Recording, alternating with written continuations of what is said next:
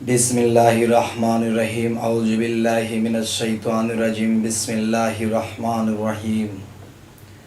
হে জগতবাসী, আজকে আপনাদের সামনে একটি আলোচনা নিয়ে আসলাম। সেই আলোচনাটির প্রথম বোঝার জন্য যে বিষয়টি, সেটি হলো মানুষ সাধনার কোন স্তরে গেলে সেই মানুষটির মুখে আল্লাহ কথা বলে। হে জগতবাসী, হে সমস্ত তরিকতের যত ব্যক্তিগণ আছেন এবং যারা নিয়ত করেছেন মুর্শিদ ধরবেন এবং যারা নিয়ত করেছেন মুর্শিদ ধরেছেন সাধন জগতে নামবেন, আমি তাদেরকে একটু আইডিয়া দেবো ইনশাআল্লাহ।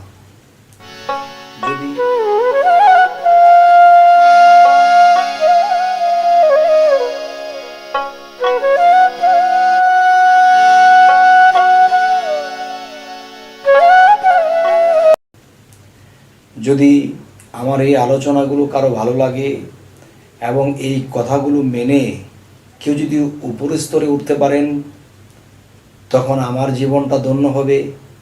কারণ আল্লাহ বলেছে, মানুষ বেঁচে থাকে কিসের মধ্যে? মানুষ যখন মৃত্যুবরণ করে তখন দেহটা মাটির সাথে মিশে যায়, পচে যায়, গলে যায়, কিন্তু মানুষের সে আত্মাটা একটা জিনিস পায়। সেটা কি?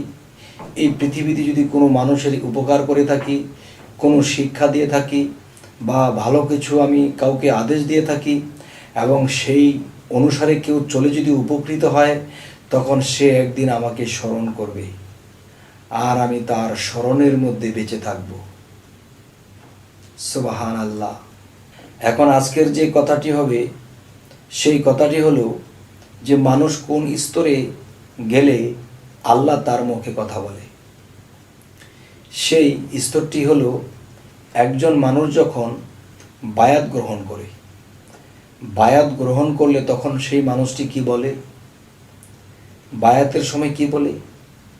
যে আমার যা কিছু আছে না আছে সমস্ত কিছু আমি আল্লাহর কাছে অর্পণ করিলাম সেই পীরের হাত ধরিয়া। এবং সেই পীরের হাত ধরে আমি আল্লাহর কাছে যে অর্পণ করব, সেই পীরের হাতটা রাসূলের হাত আর রাসূলের হাতটা আল্লাহর হাত। তাহলে পীরের কাছে যখন আমি অর্পণ করিলাম, তখন এই জিনিস আমার রাসূলের কাছে চলে গেল, আর যখন রাসূলের কাছে অর্পণ করা হলো তখন আল্লাহর কাছে অর্পণ করা হলো। তো আজকের মূল বিষয়ে যাব, সেটি হলো মুর্শিদ। মুর্শিদ কি? মুর্শিদ মোর যোগ সিদ্ধ, তিনি হলেন মুর্শিদ, যে নিজেকে আল্লাহর পথে নিজেকে শুদ্ধ করেছে, সাংস্কৃতিক ভাষায় সিদ্ধ করেছে আর অন্য ভাষায় পবিত্র করেছে। একজন পবিত্র মানুষ, একজন পবিত্র মানুষের ভিতরে মুর্শিদ বসত করেন। আর যখন মুর্শিদ বসত করেন, তখন সেই মুর্শিদের মধ্যে আল্লাহ বিরাজ হন। তো আজকের যে মূল বিষয়টি, একজন মানুষ যখন মুর্শিদ ধরল, তখন কি হলো? যে আমরা যে বাড়িতে কারেন্ট ব্যবহার করি, এই কারেন্টটি হলো আমাদের ট্রান্সমিটার থেকে আনি, আমরা কিন্তু পাওয়ার হাউস থেকে আনি না। আর পাওয়ার হাউসের মধ্যে কোত্থেকে আসছে? সেই কর্ণফুলী থেকে আসছে। তখন কর্ণফুলীটা যদি হয় হযরত মুহাম্মদ সাল্লাল্লাহু আলাইহি সাল্লাম, এবং সেখান থেকে যদি পাওয়ার হাউস আসে, সেখানে আসে কে? সেখানে আসে ওলিয়া উলিয়ারা, বড় পীর খাজা মঈনুদ্দিন চিশতি। আর সেখান থেকে আসছে কে? ট্রান্সমিটার, আমার পীর। আর পীর মুর্শিদ সে পাওয়ার হাউস, আর সেই পাওয়ার হাউসের সাথে জয়েন সেই কর্ণফুলীর সাথে। আর সেই কর্ণফুলীর মধ্যে যে উৎপাদন করে দিচ্ছে কে? স্বয়ং আল্লাহ। তাহলে আমরা যখন মুর্শিদের হাতে হাত দিলাম, তখন আমরা সেই ট্রান্সমিটারে জয়েন দিলাম, আমাদের ঘরে বাতি জ্বলতে শুরু করেছে।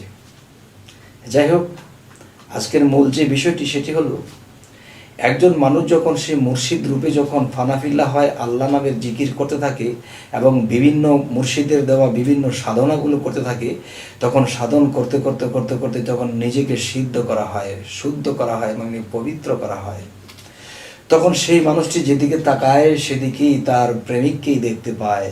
চোখের পলকে পলকে সেই মুর্শিদ নামের রাসূলকেই দেখতে পায়।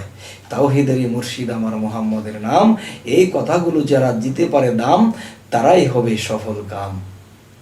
তবে এখন যে কথাটি বলতে চাচ্ছি সেই কথাটি হলো যে মুর্শিদ রূপে যখন মানুষ ফানাফিল্লা হবে এবং সাধনার পাশাপাশি যখন ফানাফিল্লা হবে, তখন গাছের দিকে তাকাবে, দেখতে পাবে তাকে।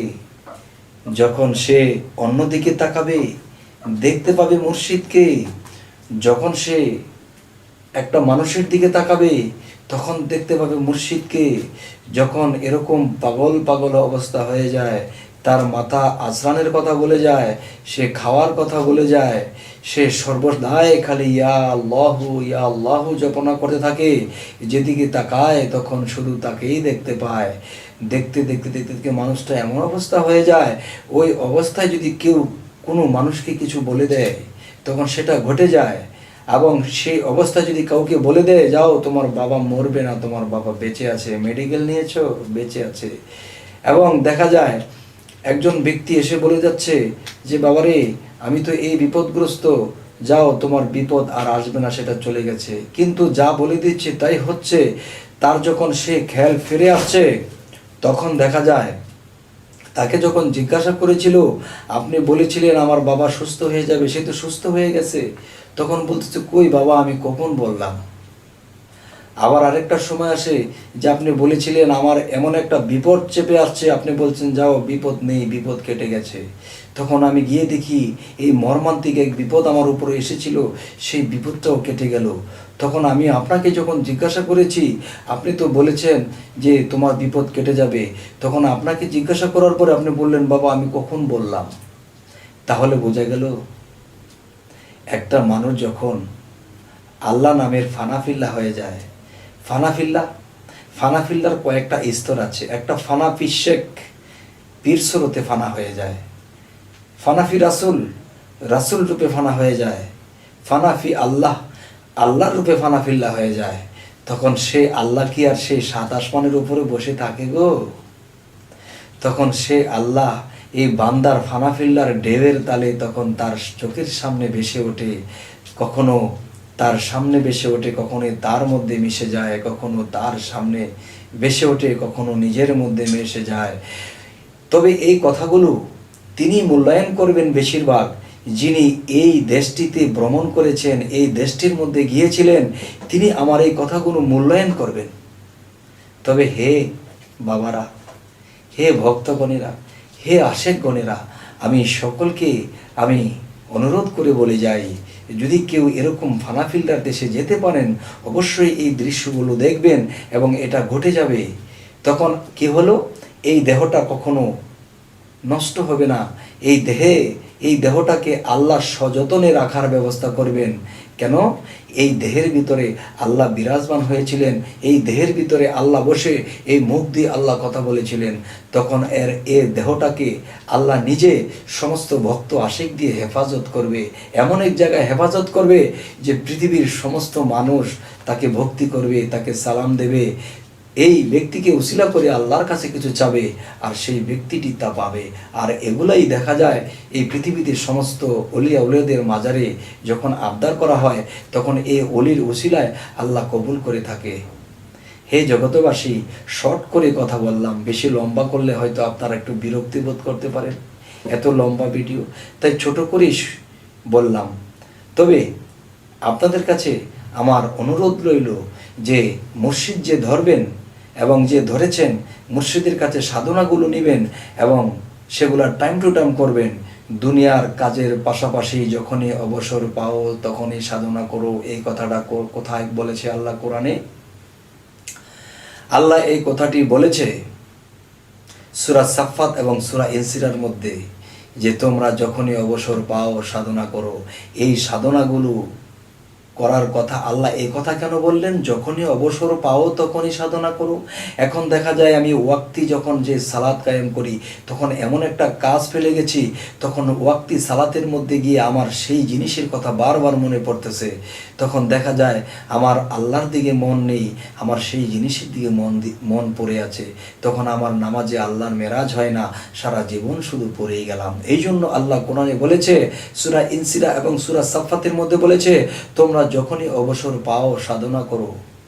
আল্লাহর কথার কোনো ত্রুটি নেই।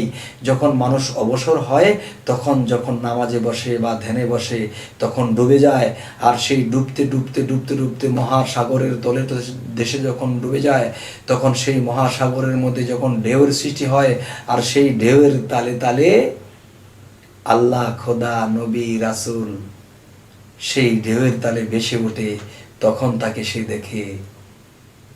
যাই হোক, আজ এই কথাগুলো বলেই রাখবো। সকলেই ভালো থাকবেন। আমাদের এই চ্যানেলটি যদি ভালো লাগে, তাহলে আমাদের বাকি ভিডিওগুলো পেতে সাবস্ক্রাইব করুন। তবে আপনাদের সাথেই আমি থেকে যাব। আমাকে যখন খুশি তখনই আপনারা পাবেন ইনশাল্লাহ। তো আজ এ বলেই রাখছি, সকলেই ভালো থাকবেন। আল্লাহ হাফিজ।